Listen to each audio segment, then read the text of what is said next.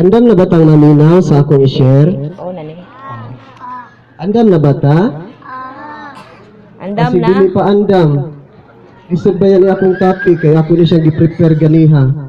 Mga 3 hours gid ni nga akong gi-prepare. No? Sa ato pa nga gikinahanglan andam gid ta nga man pandagko man ang akong na-prepare. O may sugo sa Ginoo. No? May sugo sa Ginoo ang akong gi-prepare. Dili gyud pang bata nga pagtudlo, kundi pangdagko. Sa ato pa nga nagpasalamat mi sa inyong presensya. Nga diin anaa mong mga bata aron usab ang mga dagko makadungog. Amen ba? Amen. Andam na batang maminaw sa pulong sa Dios. Andam na. Andam na batang mukaon sa lugaw. Dili pa. Praise the Lord. Hallelujah. Ako ni siyang giuluhan ug ang pangasaunon ug ang pamanhunon. Amen. Praise the Lord. Hallelujah. Ato mabasa sa Mateo 25:11.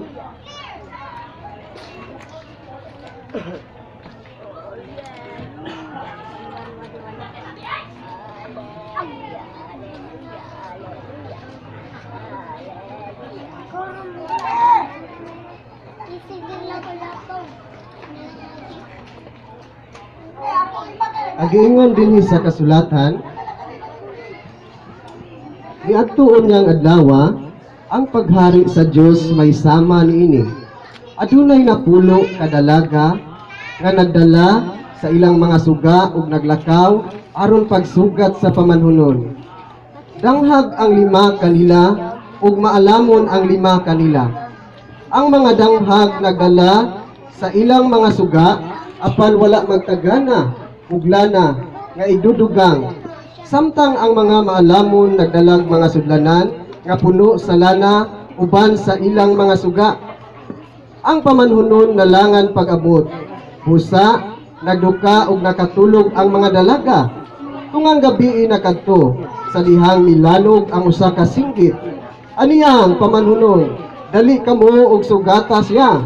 Nang mata ang tanang dalaga ug giandam nila ang ilang mga suga. Unya ang mga danghag niingon sa mga maalamon, hatagi kami jutay sa inyong lana, kay hapit na mga palong ang among mga suga. Apan ang mga maalamon mitubag, ayaw, dili paigo ang lana kung manghatag pa kami kaninyo. Lakaw hinuon kamo sa tindahan o pagpalit kamog inyo. Busa ang mga danghag nga dalaga nilakaw aron pagpalit og lana. Sa wala na sila dito, niabot ang pamanhunon, ang 5 kadalaga nga nakapangandam, mikuyog kaniya pagsulod ngadto sa kumbira sa kasal ug gisirhan ang pultahan. Amen. Hallelujah. Praise the Lord. Ang atong uluhan ang pangasaunon ug ang pamanhunon. Sa ato pa nga gikinahanglan di ay nining kalibutana nga naatay pagpangandam sa atong kaugalingon. Gikinahanglan nga i-prepare nato kanunay ang atong kaugalingon diha sa Ginoo.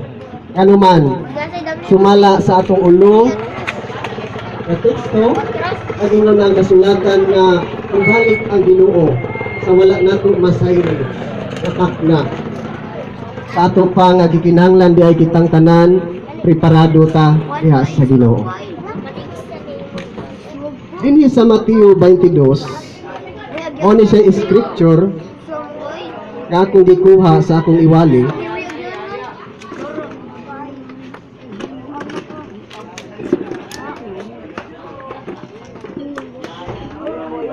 Ayaw, ay pag-away. Ayaw. Kaya good, ari naman sila agi diri. Ari naman sila agi good.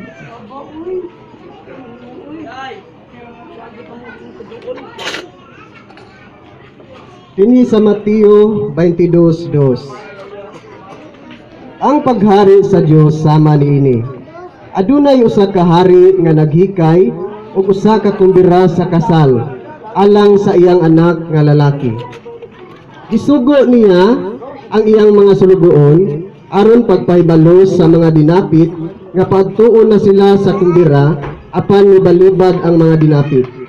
Busa nagsugo siya laing mga sulugoon o giingnan niya, sultihin ninyo ang mga dinapit nga andam na ang kumbira. Giihaw na ang akong mga baka, ug ang mga pinatambok nga nati, ug nahikay na ang tanan.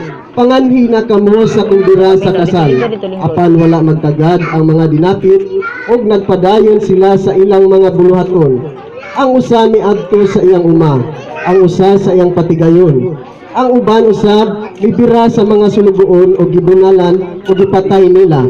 Tungod niini nasuko pag-ayo ang hari. Dusa gipadala niya ang iyang mga sundalo o gipamatay kadtong mga nagpatay sa iyang mga sulugoon o gisunog ang ilang syudad. Unya gitawag niya ang iyang mga sulugoon o giingan, andam na ako sa kumbira sa kasal. Apan dili angay nini ang mga tawo nga akong gidapit. Busa pangadto kamo sa kadalanan ug dapita sa kumbira ang tanan nga inyong mataguan ug ang mga sulugoon nangadto sa kadalanan ug gidala nila ang tanan nga ilang nataguan maayo ug dautan ug napuno sa mga tao ang kumbira. Unya misulod ang hari aron pagtan-aw sa mga dinapit ug nakita niya ang usa ka tawo nga wala magsulod ug bisti nga angay sa kasal. Gipangutana siya sa hari, "Higala, giunsa man nimo pagsulod dinhi nga wala ka man magsulod og bisti nga angay sa kasal?" Apan wala makatingog ang tawo. Unya mingon ang hari sa iyang mga sulugoon, "Gapusa ninyo ang iyang mga kamot ug tiil ug ilabay siya ngadto sa kangitngit sa gawas. Dito maghilak siya ug magkagot sa iyang mga nipon." Dalaygon ang Dios. Amen. Inon ganiha na ba kong pangita unsa gi angay na kong iwali. Gani gusto gyud kong mag-prepare og mensahe sa Ginoo nga pangbata. Apan unsaon man kining mensahe nga akong gi-prepare alang gid ni sa mga hamtong. Alang sa mga bata lisod pa kayo ninyong masabtan kining mensahe nga akong gi-prepare. Ano siya tinuod kining mensahe nga akong gi-prepara alang kaninyo. Dili gid ni kopya gikan sa internet. Dili sa di kopya gikan sa mga pastor o sa mga pari nga nagwali sa maayong balita. Kundi gihatag ni sa Ginoo pinaagi sa kapadayagan sa balaang Espiritu Santo. Ano siya tinuod? Diha sa Mateo 22:2. Ang paghari sa Dios sama niini. Adunay usa ka hari nga naghikay ug usa ka kumbira sa kasal alang sa iyang anak nga lalaki. Nakaila ba ni ini mga bata kining anak nga lalaki? Kisay nakaila ni ini? Tigaag sa katakos nga lugaw, praise the Lord, hallelujah. Kisay nakaila ni ini anak nga lalaki? Kitang tanan mga bata ug mga dagko, gitapit kita nga mutambong kita sa kumbira sa kasal. Kitang tanan. Walay gipili ang Dios. Buot sa Ginoo nga kitang tanan, dapiton gid niya sa kumbira sa kasal. Apan ang pangutana, kinsa maning anak nga lalaki? Atong mabasa diha sa Revelation 22 verse 16 and 17. Nagingon ang kasulatan, "Ako si Jesus, nagsugo sa akong anghel, pagpadayag niining mga butanga ngadto sa mga simbahan. Kaliwat ako ni David, ug ako ang mahayag nga bituon sa kabuntagon. Ang espiritu ug ang pangasaunon miingon, dali nga ri, ug ang tanang nakadungog paing na usab, dali nga ri. Duol kamong giuhaw ug kadtong may gusto, inom sa walay bayad nga tubig nga naghatag sa kinabuhi." Sa ato pa nga kini ang anak nga lalaki nga atong mabasa sa atong teksto dinhi sa Mateo 22, ang ato ning Ginoong Dios nga si Jesucristo. Kinsa ning anak nga lalaki nga nagdapit kanato sa kumbira sa kasal? Ginoong Hesus. Si Ginoong Hesus. Jesucristo. Siya kini ang nagdapit kanatong tanan. Walay gipili. Bata man, igulang, hamtong, ulitaw o dalagita. Kitang tanan gi-invite sa Ginoo. Sa kumbira. Kisay mo tambong og kasal? Kisay gusto mo tambong sa kumbira sa kasal? Praise the Lord. Sa tanan. Hallelujah. Kitang tanan nindot gyud nga mo tambong ta sa kumbira sa kasal. Nganuman ang Ginoo mo'y nag-imbita ka nato. Bata, ginbayad ta sa Ginoo. Gamutambong ta sa kumbira sa kasal. Kinsa nag-invite na to? Ang Ginoo, praise the Lord, hallelujah. Nga kayo sa katakos niya nga lugaw. Okay, atong mabasa diha sa Mateo 22:3 hangtod sa 6.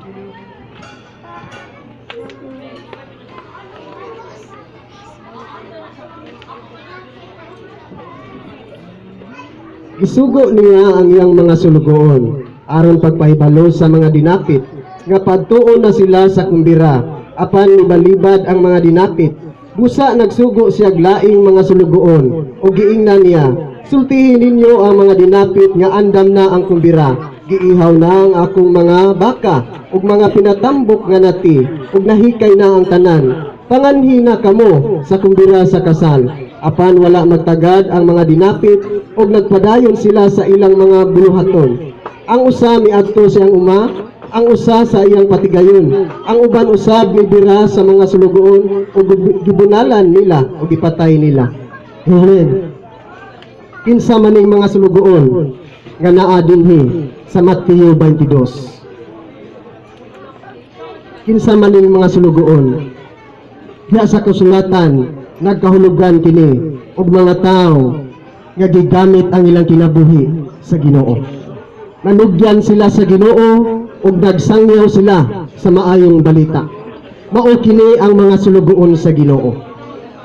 Gani atong mabasa diha sa Mateo 28:19, nag-ingon ang kasulatan. Sa dihang mikayab si Jesucristo sa kalangitan, miingon siya siyang mga tinun-an, panglakaw kamo sa tibuok kalibutan, ug himuan ninyo ang akong mga katawhan nga akong mga tinun-an. Sa ato pa, kini ang sulugoon nga atong nabasa niining atong teksto sa Mateo 22, maoday kini ang kadtong mga apostoles, ang kadtong mga propeta, o ang kadtong mga tao nga diin nagsangyaw sa mensahe sa Ginoo.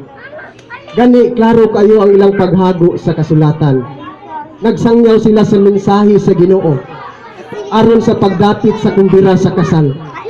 Gani, daghang mga tao nga diin nagpalista alang sa kumbira sa kasal. Daghan kay mga tao nga diin nagpalista. Apan daghan usab ang mga tao nga diin wala na minaw, wala na mati sa mensahe sa Ginoo. Wala na minaw ang mga tao sa diyang gisangyaw ang mensahe sa Ginoo. Gani ang mga apostoles, grabe ang ilang paghago diya sa Ginoo. Ilang gitahan ang ilang kinabuhi diya sa Ginoo.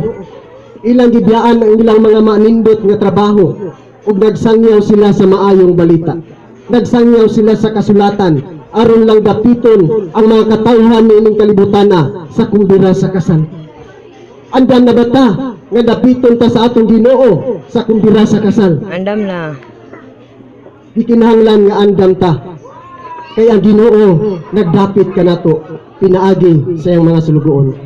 Gani mabasa nato sa atong teksto nga ang mga sulugoon gibunalan ug gipatay nila. Ang mga tao nga nagsangyaw sa mensahe sa Ginoo gibunalan ug gipatay nila. Gani ang kinabuhi ni Esteban, nagpaggamit siya sa Ginoo, nagsangyaw siya sa Dios, sa mensahe sa Dios. Gani iyang gidapit ang mga katawhan diha sa kumbira sa kasal. Naidaghang mga tao nga nakadungog sa mensahe sa Ginoo, naidaghang